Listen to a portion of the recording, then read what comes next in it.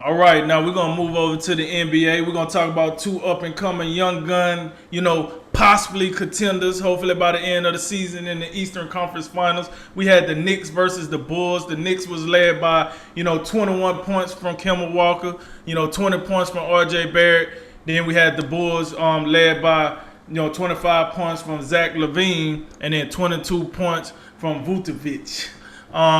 The Knicks did win 104 to 103, but I tell you, it got a little tight at the end. Julius Randle missed two free throws, and the Bulls had a chance to do something with it, but they ain't do something with it. So with that said, Jay, um, we know the Bulls got out to a hot start, and everybody was like, oh, the new look Bulls, they ain't looked this good since 72 and 10. Do we need to pump the brakes, or are we all gas? Yeah, let's hold on. Let's hold on before we pop the champagne and crown these guys, up there with the Michael Jordan three-peat Bulls. This was definitely. I mean, I get it. 4-0. You ain't done it in 25 years. We get all that. You had a nice off season. You got Zach LaVine some help. You brought in Vucevic at the trade deadline. And now you got DeMar DeRozan. You get it. That looks nice. But keep in mind, half of your wins so far were against the Detroit Pistons. And that's the Detroit Pistons who haven't even seen their, number one draft pick play a game yet. And then your other wins are against New Orleans. Don't get me started. Don't get us started on New Orleans. We still waiting for them to do anything. And then, I mean, Toronto. I mean, I guess that's something, but I mean, Toronto. I mean, they were not the same team last year, and now not only is Kawhi Leonard a distant memory, now you don't even have Kyle Lowry. So for all the flack we want to throw his way from time to time, I mean, he means something. He's going to flourish down there in Miami. But I think listen, I thought the Knicks, when I watched this game, I felt like the Knicks were a superior team for 46 minutes, and then they just let their guard down and started playing around. And I think that's something that Tom Thibodeau, in the film study, this is going to be one of those times where, we're not necessarily, I mean, we get it. We're going to, let's clap our hands. We got the win. That's great. But we got some stuff to work on. I mean, you can't blow a 13-point lead in 2 minutes. And there ain't many times where a team goes on a 12-0 run to end the game and they lose. That don't happen very often. So there's got to be some concern there. You got to make sure, you got to play a little bit cleaner. You can't make mistakes like that. And I think they'll get that corrected. I think the Knicks are a really serious team right now. The Bulls, I would say at this point, I mean, they appear to be a playoff team. I think I'll give them that. But it's way too early. I mean, the Knicks were the first team they played that's a serious contender. None of the Pistons, Pelicans, and Raptors miss me with all that. None of those teams are serious about much anything except playing the lottery. So I'm looking at, and my problem with the Bulls when I look at their roster is I get it. I mean, there's a lot to like about LaVine, Vucevic, DeRozan. Dare I say that has just a little whiff of a big three. It's not the biggest three you could find, but it's something. But if you look around outside of that big three, what else are you excited about? I mean, I like Caruso coming off the bench, and I get it. Lonzo Ball, he's something. He wasn't much last night. I guess I don't know something about when I watch Lonzo Ball play. He's just I never walk away impressed. And then I saw him hit a couple shots last night, and then you look at the box score, and he's got 6 points on 2 for 8. Like, what is? Please come on, do something. Give me some more. Let's see. Do the LaMelo Ball stuff. Can we get some of that? But then you look at the bench, man. Outside of Caruso, I'm not impressed. Now you have a situation where Patrick Williams, he's a starter for you. He's out for the season, got a bum wrist.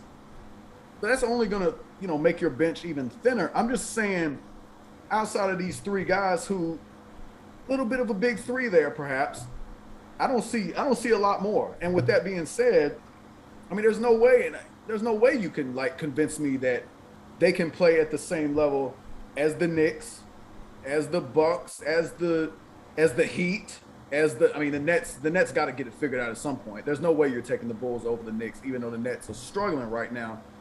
But there's another team somewhere that I'm probably forgetting about in the East. But there's Miami. I said Maybe Miami, Miami. but Oh, okay. but you get what I'm saying. Like, Right. if I had to project the Bulls right now, I mean, this is a 7 or 8 Oh, seed it in was my 76ers. mind. That's who you Philly, talking yeah, about. Philly, 76, yeah. Philly, even without Yeah. Ben Simmons. I mean, but yeah, I gotta for me personally to have any level of confidence in Chicago, they gotta beat somebody that matters. Last night was their first test. They almost snuck in there and got the old comeback tour. But they're gonna have to beat somebody of substance for me to get excited, and they have not done that thus far. So here's my problem with the Bulls. All right, so the three big acquisitions that they got this offseason, because you got to remember they got Vucevic in a trade, so that don't count. But you get DeRozan, you got Caruso, and you got Ball. And one of those three gentlemen, his stat line last night was 6, 6, and 4. That's not going. Would you consider that a flat line more opposed to a stat line? Is that like? Come on, man. Listen. They paid you this money that they didn't have to pay you. Could have left you in New Orleans.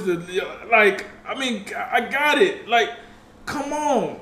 Like, okay, if you want to tell me, nobody's playing well in New Orleans, so give them a fresh place and let's see what they do. And then here's your fresh place. And they got a spot for you. And they got a role for you. And they paid you the money. And then you come in with this performance. This is not going to cut it. At some point, when do you say, hey, Ball, I know we spent a lot of money for you, but we might have to put Caruso in the starting lineup because at least he's trying to. At least he's trying. I'm sorry. But, come on, man. At least Caruso. I don't think you can afford to do that. I don't think you can afford to do that just because. I love Caruso off the bench because he brings that energy, and that's why I think. And plus, we've already pointed out that bench is so weak. And maybe they get something. Maybe they're missing somebody. I see that Kobe White didn't play last night. That's a guy who can probably help you. But I'm just looking at the roster right now. It's highly unimpressive after them top three dudes. Right now, as I look at the Bulls, they might be a 7 or 8 seed team at this. Listen, they 4-1, so I'm not gonna I got it. They played some roadkill out there. Somebody get this deal out the road for flatten my tire. I got that, but I think they better than this. Still, I think the way the team constructed, Billy Donovan is the coach. It's Chicago, golly, man. Can I get a little more? And then listen, what's up? Here's another thing to why. And I'm trying to give them a little bit of respect, talking about Vucevic, DeRozan, and Levine. But here's another thing to think about with these guys. None of them have ever won anything. The player with the most experience, when you talk about the postseason, is DeMar DeRozan. And he was up there getting bronze swept for years. So that's the best you got. Vucevic with Orlando was a first round,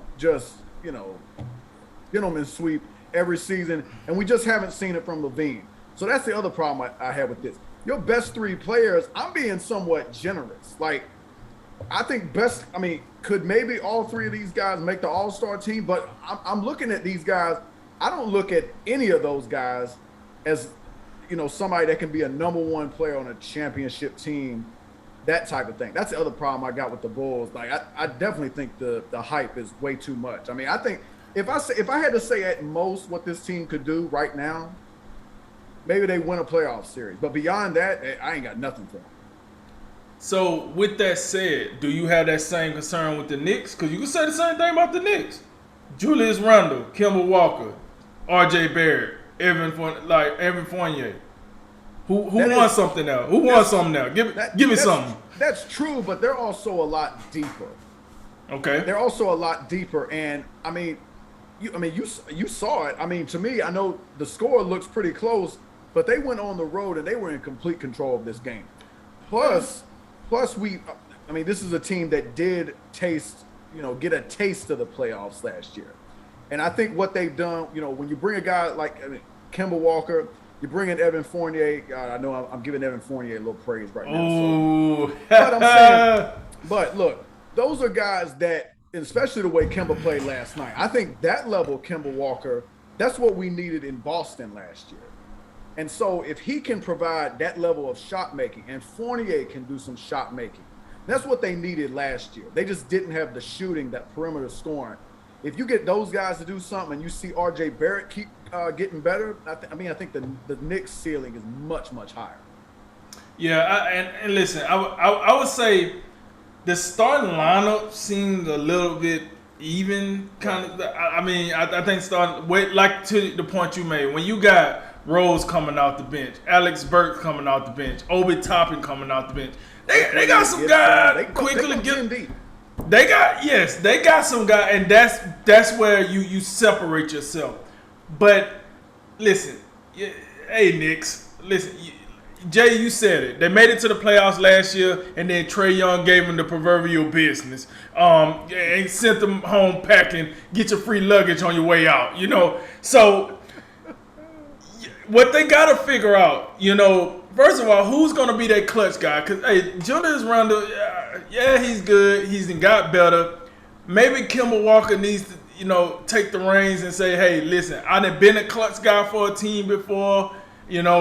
I'm the most, probably the most successful guy. I mean, you do got Derrick Rose, Gibson, and guys like that coming off the bench, but as a starter, he's probably the most experienced success guy, I would say, in my opinion.